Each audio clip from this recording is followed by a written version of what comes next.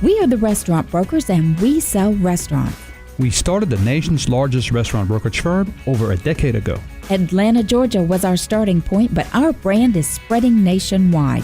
We define restaurant brokerage and help buyers just like these.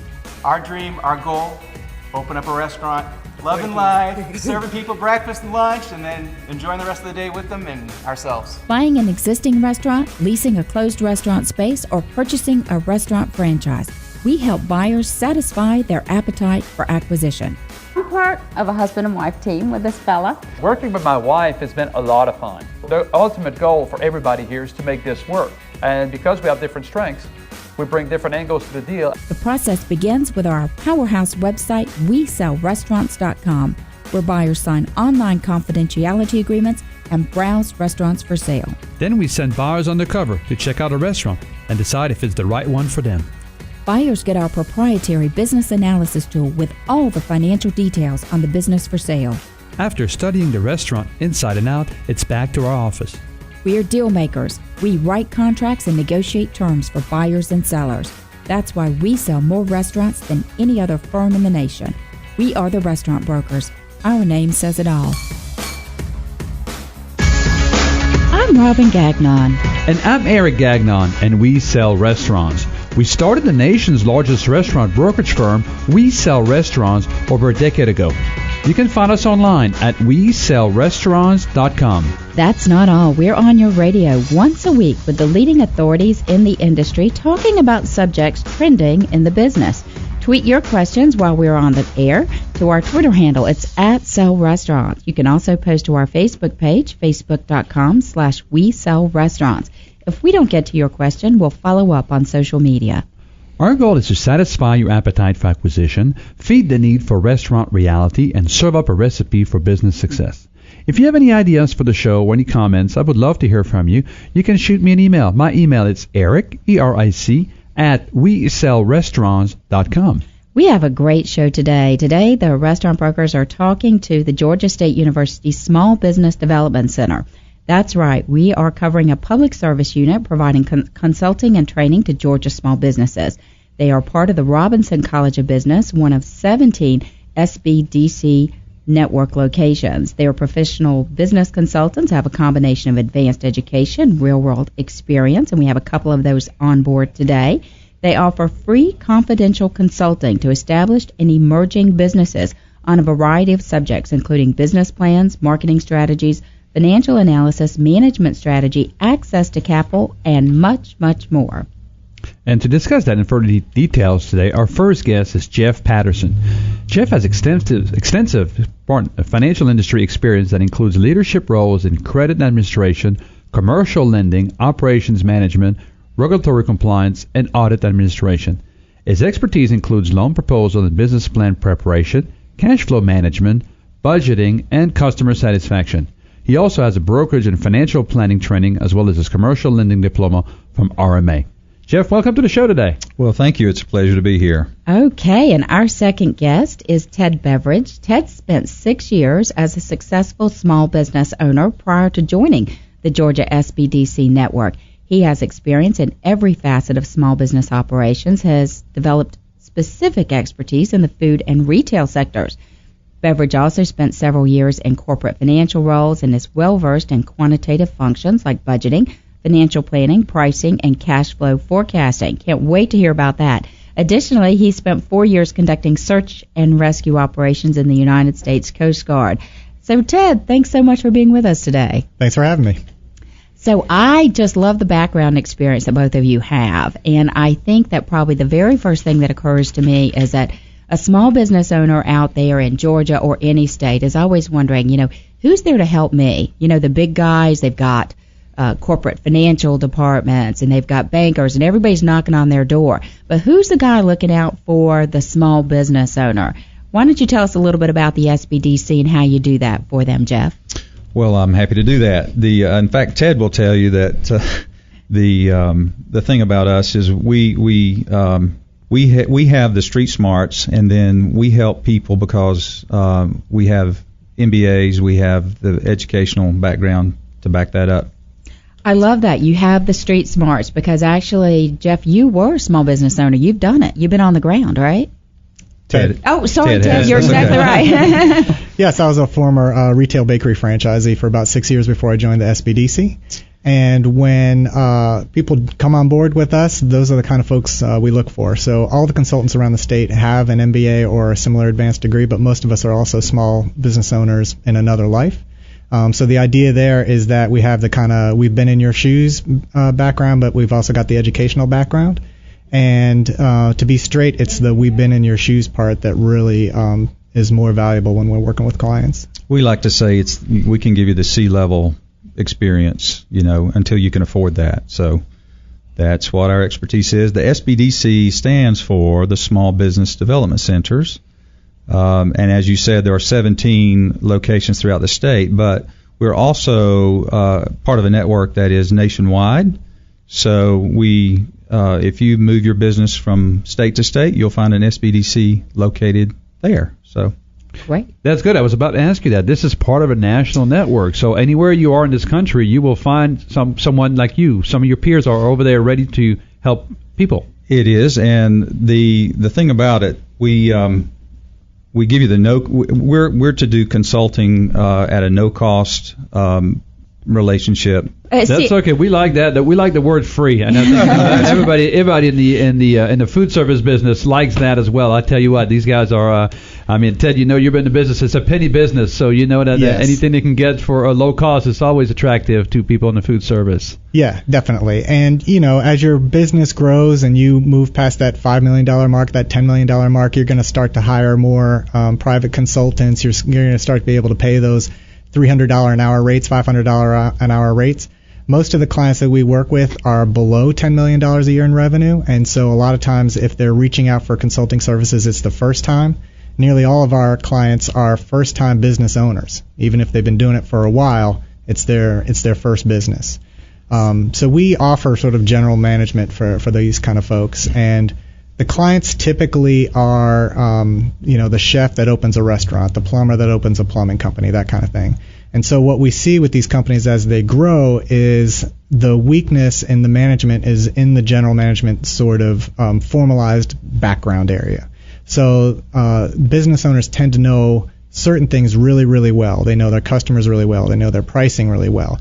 But they didn't necessarily go to business school, and so some of the formal aspects of management aren't quite there. And the larger the company gets, the more these things start to trip them up. So I can give you like a really perfect example. I had an architecture firm that I've worked with over the last couple of years who the architect started as a self-employed architect. Mm-hmm. Eventually, she decided to go independent. Eventually, she had enough work where her spouse was helping her with the business. They kept continuing to build the business, bring in more customers, bring in more clients, and they got it up to about 12 employees where they had a real business. Well, along the way, they started running into a lot of performance issues with employees and trouble with employees, and it turned out really that the root of the problem was that they had never formalized any kind of HR policies. So there was no employee manuals, there was no organization chart, there were no job descriptions, there was no performance evaluations, all these kinds of things. So that's sort of a typical example of a formalized system that's going to be needed at some point as your business gets to that level that maybe they haven't done before. And that's an example of the kind of stuff that we do. So, Jeff, is the most common request for help with maybe a business plan or concept strategy, high-level thinking? It is basically a business plan, and here's why. Because most of the folks coming in the door have a capital need. They need loans. They need the money. They need working capital. They need to buy that piece of equipment. So a business plan typically will help them get their ideas on paper. And then it has a twofold purpose because you can also take that to the banker, to the lender. That helps the reader understand where they're going, what they want to do with the business. And then also part of that is the financial projections. Mm-hmm. You justify that piece of equipment, for example. You show the banker how you're going to pay them back over time. And then it tells the story, really. It does. And financial assistance is the number one request I think we get in the door. But you do a lot more than that, because I know that's typically what people, kind of quote unquote tag you as, but there's a lot more to it, right? There is more to that. Actually, we say our mission, if you will, is to help the small business owner wherever their pain point is. So we're pretty well generalists throughout our network. We'll help you with marketing. We'll help you with strategic planning, more high-level stuff, HR things, the things Ted just mentioned. So we help them whatever their pain point is. We have expertise throughout our network that we can leverage as well. We have a Google expert, can kind of see behind the curtain, if you will. We have a patent expert in the southern part of the state. So we do a lot of co-consulting, a lot of Skyping, conference calls, those kind of things. So, yeah, it's not just about finding money or, marketing help or something like that. That's just one of the very first questions we get coming in the door. I got this idea, or I need to expand, and I'm going to need some capital to do that. So that's where the business plan comes in. See, I love this because I'm just thinking of, we're entrepreneurs, obviously, serial entrepreneurs in our business, and as we are growing and looking at new things, you think twice about picking up that phone and calling the attorney or calling that resource that's going to charge you $200, $300, $400 an hour. And I think you guys are you are the Band-Aid for that situation. You don't have to put out all those dollars yet. Is there a cost for counseling? There is no cost. We're taxpayer funded, so we're through the University System of Georgia. Our federal partner is the SBA, the Small Business Administration folks, so they give us money as well. And we rely on those two funding sources to pay our way. But there's a give back and a community sense. All of us, I think, intrinsically have a desire to help people, and so there's no charge for that. And we help people along the way, and we're on demand. Mm-hmm. So we have clients in my office, particularly. I've got a consultant, a colleague that's been there 30 years, so he still has long-term clients. We may not hear from them for a year or two, and then they call back and say, "Oh, I'm going to expand. I need a demographic study over here, or I need a traffic count over there. Tell me what you think." So we're there really when you need us. Wow. Now, Ted, tell me the truth now. Is there lines out the door every morning waiting for you guys to, this is phenomenal. Why are people taking advantage of this big time? There are lines at least on the on hold in the office phone, and there are actually a lot of people that we do have to sort of funnel down a little bit, and that is people who are very early stage. They're sort of kicking the tires or considering the idea of starting a business, and there are tons and tons and tons of those people. And when we meet them all, they're all trying to buy a restaurant. When those folks call, usually what we'll have them do is attend our starting a business plan or starting a business class first. That's a class that just about every office around the state gives. It's a $69 3-hour class. We'll also have them send in any kind of draft of a business plan that they have. So these are really early stage folks that there are tons and tons of. Okay. Think of it this way, too. The university system, most of us are housed in a university environment, so we're there to teach. So the university systems leave the adult learners to us, and we'll do night classes or workshops that Ted just mentioned, and again, we get a little fee income from that, but we'll give them a resource, that we'll give them books, if you will, and websites to go to and things like that to help them understand where they need to go, what path they need to take, when do you need to get your tax ID number, when to get your business licensing and things of that nature. So that's where we try to funnel people to that are, as Ted mentioned, kicking the tires, those kind of things. But we also offer up, we bring in subject matter experts to talk about HR issues, compliance issues, law, changes in law, those kind of things. So we'll do that, and we pride ourselves in fact, being a resource for folks. But again, no charge. I just think that's just so amazing because we run into so many business owners, and we become sort of a de facto consultant to them. Often we'll end up reviewing their business plan, and we wrote a book, Appetite for Acquisition, a couple of years ago, and I devote a whole chapter to the business plan because I would see business plans come in the door, and people would say, yes, present this to the landlord, and I would look at the volume they're projected to do, and they're only open a 6-hour window. They tell me that their average price is $7.50, and then they're going to do $500,000 in the first year and 1,400 square feet. And I was like, okay, this doesn't pass the reasonableness test. We do that. We do that a lot, I think, too. We leverage our relationship again with the university and do a lot of benchmarking with the library. So we get those all the time that come in and say we're going to do the $1 million in sales as a startup. But then when you go and say, well, no, this company, who you want to be like when you grow up, we benchmark you to that and say, you know what, their first year sales were only like, $200K. So we do kind of bring down the expectation level and try to make it more reasonable, and we use our resources for that. And I would add to that, when I first get a business plan from someone, I tell them, get your thick skin on, because the first thing I'm going to do is try to rip this thing apart, right? I'm going to look at it with a really critical eye. I'm going to look at it from the perspective that a lender might look at it, and I'm going to try to tear it down. Sounds like a restaurant broker almost. That's good. But a lot of times, they need that for the learning process of writing it, because we want them in the end to have a business plan that's professional, that's persuasive, and that's credible. I agree. I think, whether it's the landlord, whether it's the bank, whether it's investors, somebody will challenge you pretty hard on it. And if you're not able to defend your business plan, then that's going to be your first, failure, I believe. You have to be able to stand behind what you have and put some science behind it. Yeah, and to that end, too, we don't write business plans, right? There are people out there that'll write them for a fee, right? And those are really successful when you outsource your business plan. Right. That's just me being snarky. We are not advocates of that, because we believe in the learning process that they go through with the business plan.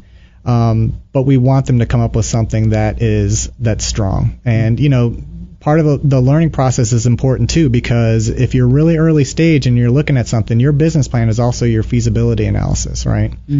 So we want them to be educated on it, and we want them, when they are being questioned, whether it's by a lender or an equity investor or a potential partner or anyone, we want them to be ready with those answers, and we want those answers to be well researched.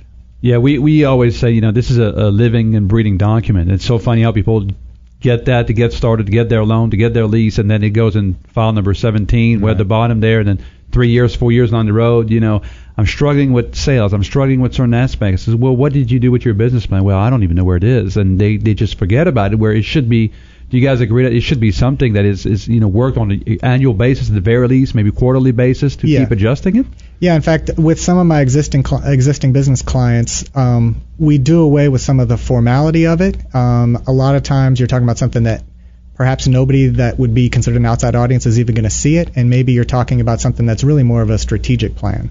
But yeah, we do definitely advocate having it documented. Even in small business is still too big to have all on your head. If you have a management team that's going to be helping you incorporate strategic ideas, we definitely believe in that and sort of updating it and seeing to it and following through on it.